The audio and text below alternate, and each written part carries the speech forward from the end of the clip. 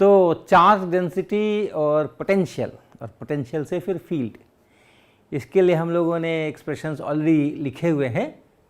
अगर कोई charge distribution है और उसके कारण आप पोटेंशियल लिखना चाहते हैं तो वो पोटेंशियल आप लिख सकते हैं रो डी टो, ये चार्ज हो गया ओवर 4 पाई एप्सिलॉन नॉट और r माइनस आर प्राइम ऐसा, और ये जो रो है वो r प्राइम पर है और जो डी टो है उसी जगह का वॉल्यूम है। और जो भी चार्ज डिस्ट्रीब्यूशन है उसमें आप इसको इंटीग्रेट कर दीजिए तो इस चार्ज डिस्ट्रीब्यूशन के कारण पोटेंशियल आप लिख सकते हैं। पोटेंशियल में और चार्ज डेंसिटी में एक और बहुत अच्छा इक्वेशन है जिसको हम लोग कहते हैं पॉइसन इक्वेशन।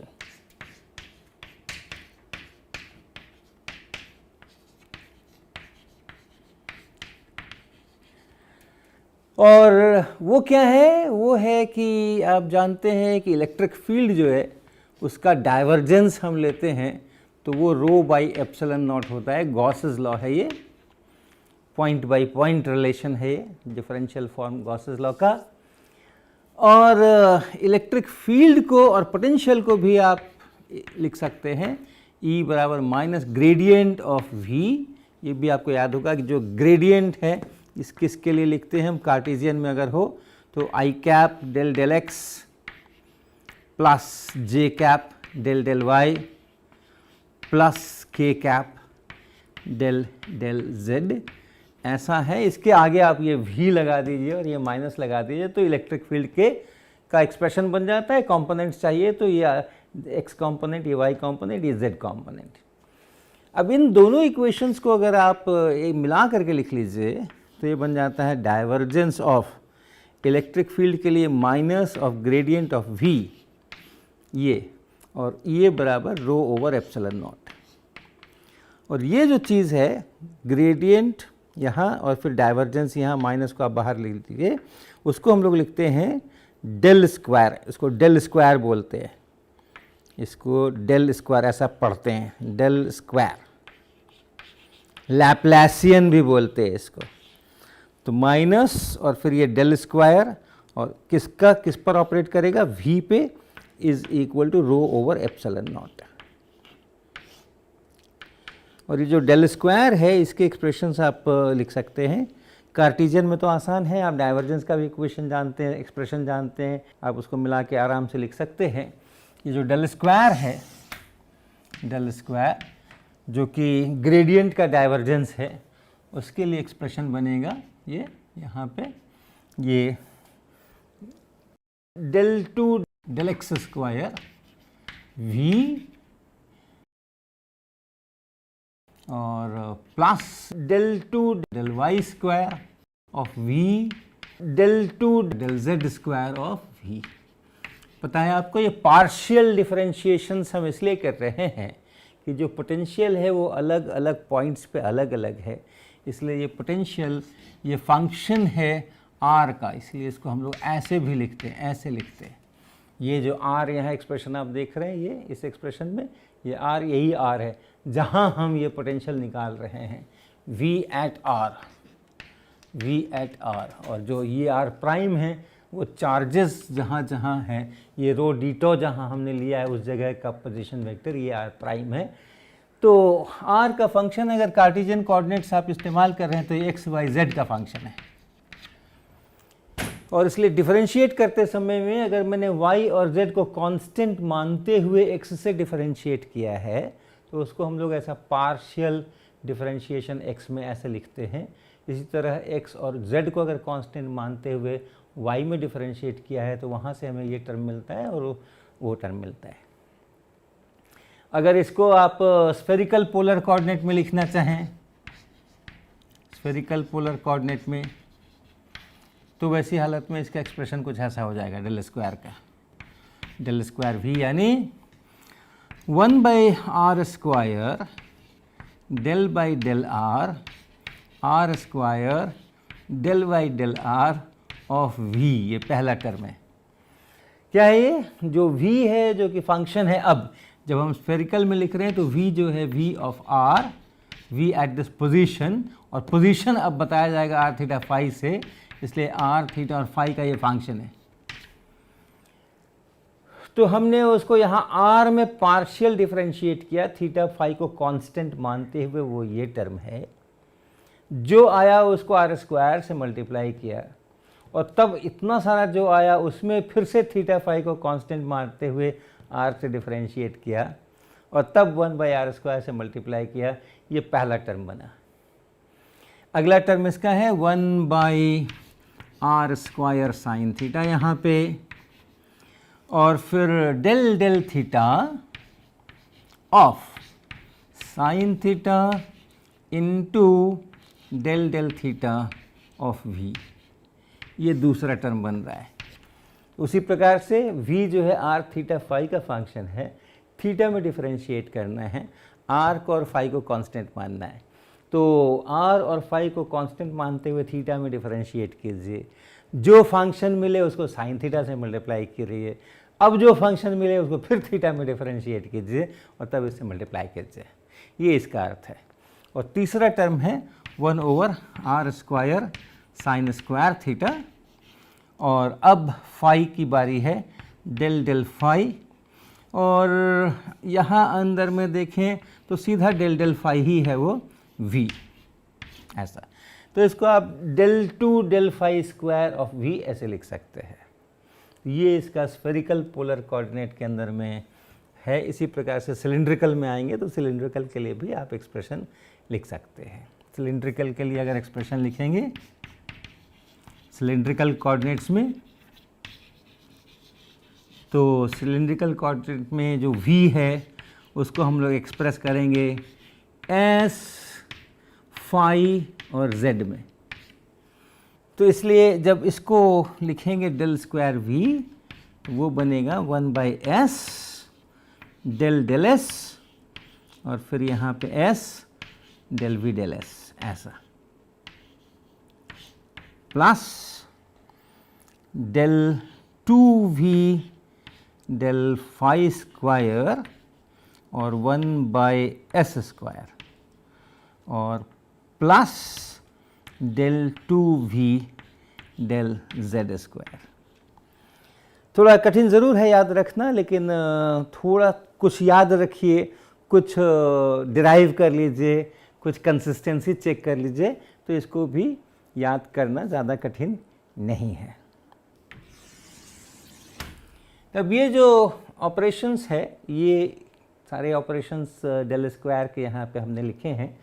मेन इक्वेशन मेरा ये है कि माइनस या माइनस को साइड लिख लीजिए, del square of phi is -ρ/ε0, जिसको कि हम लोग कहते हैं पॉसा इक्वेशन। ये पॉसा इक्वेशन इसको कहते हैं, इसको। और अगर आप किसी ऐसे रीजन में काम कर रहे हैं, ऐसे रीजन में, ऐसे क्षेत्र में, ऐसे वॉल्यूम में आप पोटेंशियल खोज रहे हैं हर पॉइंट पे, जिस वॉल्यूम में खुद कोई चार्ज नहीं है, उस वॉल्यूम के बाहर चार्जेस हो सकते हैं, उन चार्जेस के कारण से पोटेंशियल हो सकते हैं उस रीजन के अंदर में, लेकिन उस रीजन में जिसमें आपका इंटरेस्ट है वहाँ कोई चार्ज नहीं है। तो चार्जेस हैं, चार्ज डिस्ट्रीब्यूशन है, चार्जेस हैं यहाँ वहाँ वहाँ वहाँ चार्जेस हैं, कहीं कंटिन्यूस होंगे, कहीं डिस्क्रीट होंगे, लेकिन मेरा इंटरेस्ट अगर इस रीजन में है और इतनी दूर में चार्ज नहीं है, तो इतनी दूर के लिए अगर मैं लिखता हूँ इक्वेशन, तो वो इक्वेशन लिखते समय में ये रो बराबर 0 है इन पॉइंट्स के लिए, और इसलिए हम लिखेंगे उस इक्वेशन को del square v is equal to 0। Del square v को क्या होना चाहिए, -ρ/ε0, और रो अगर 0 है तो डेल स्क्वायर v बराबर 0। और ये जो अलग से इक्वेशन बना है डेल स्क्वायर v बराबर 0, ये कहलाता है लैप्लास इक्वेशन।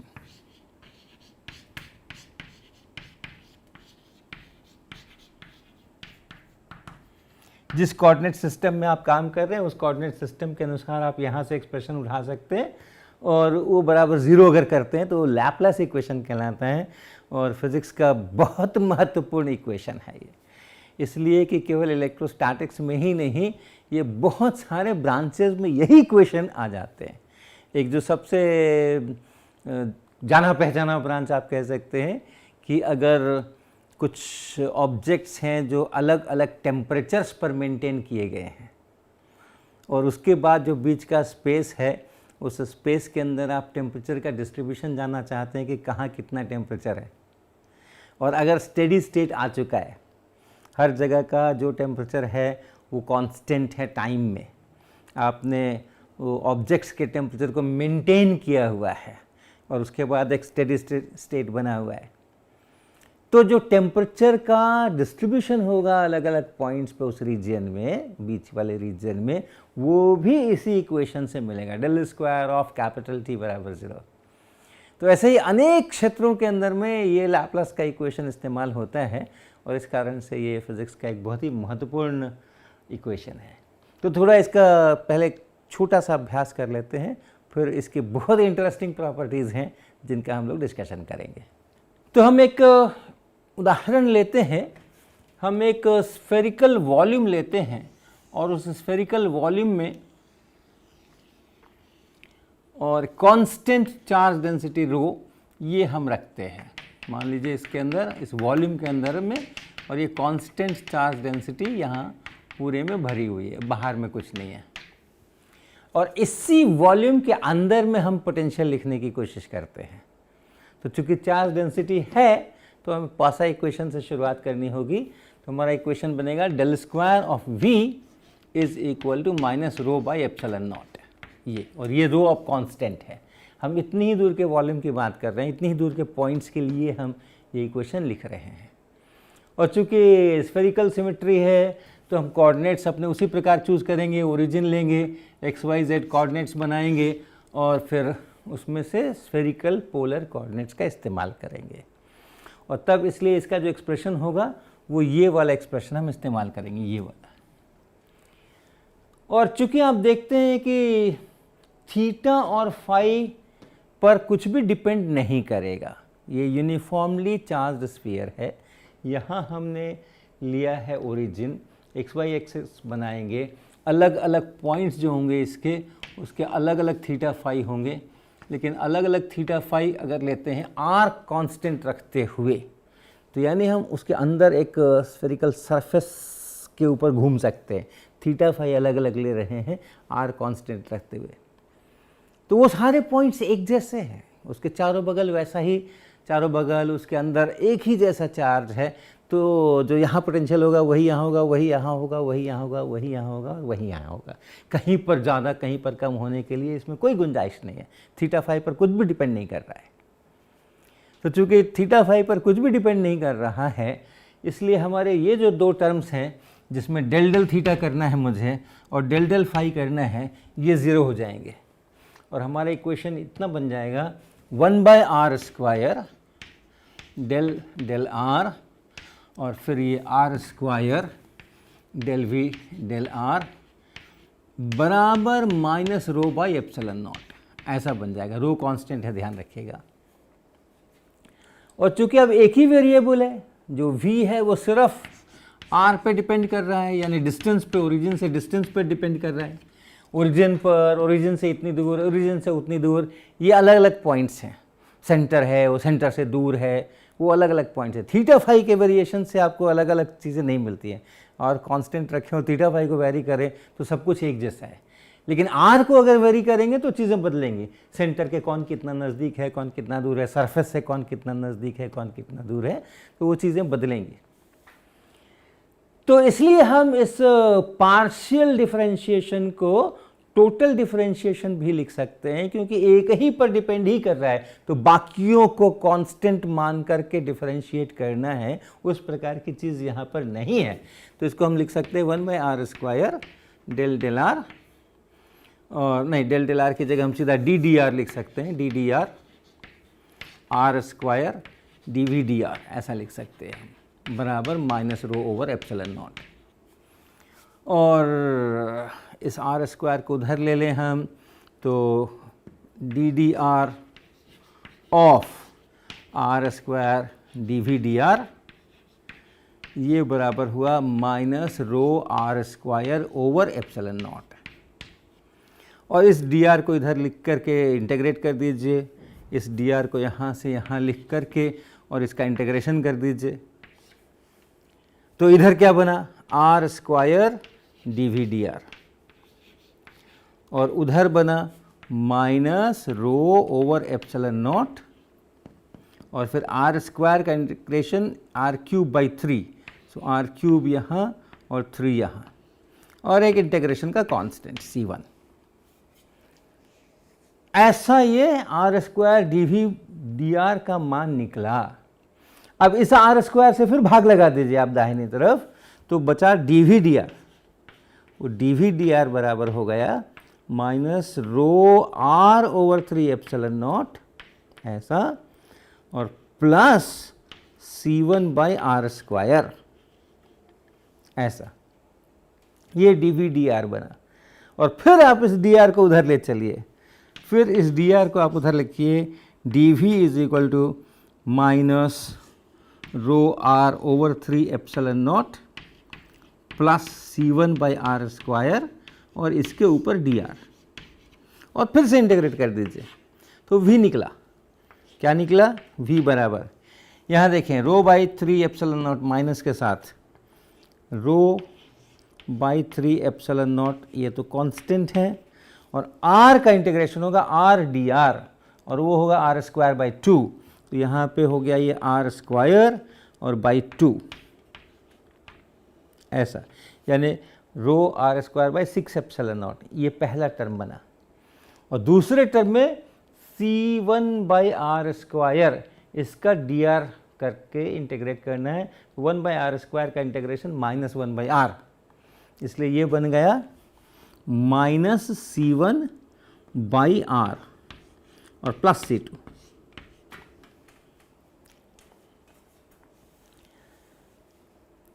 अब c1 और c2 का मान हमें लिखना, तो c1 को पहले देखिए, ये c1 बाई आर है, और ये पूरा इक्वेशन किस रीजन के लिए लिखा जा रहा है, ये इस स्फीयर के अंदर के रीजन के लिए लिखा जा रहा है, क्योंकि हमने ये रो मेंटेन किया है, और अंदर में r इक्वल टू 0 पॉइंट भी शामिल है,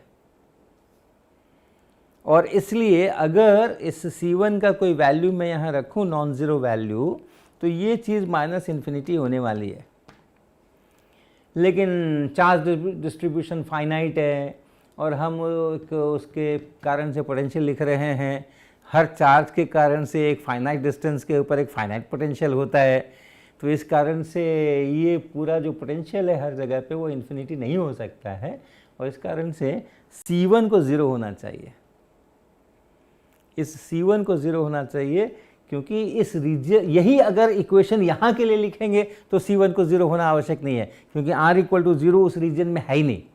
अगर आप यहाँ रो इक्वल टू 0 लिख करके इसको सॉल्व कीजिए तो आप बाहर के लिए काम कर रहे हैं, और तब भी इंटीग्रेशन यही आने वाले हैं, रो इक्वल टू 0 होगा तो ये टर्म नहीं आएगा, लेकिन ये टर्म आएगा। उस समय आप c1 को 0 नहीं करेंगे, क्योंकि r इक्वल टू 0 नहीं है उस रीजन के अंदर में, लेकिन अभी आप करेंगे तो क्या बनेगा, v is equal to minus rho r square by 6 epsilon naught ऐसा, और फिर प्लस c2 ऐसा।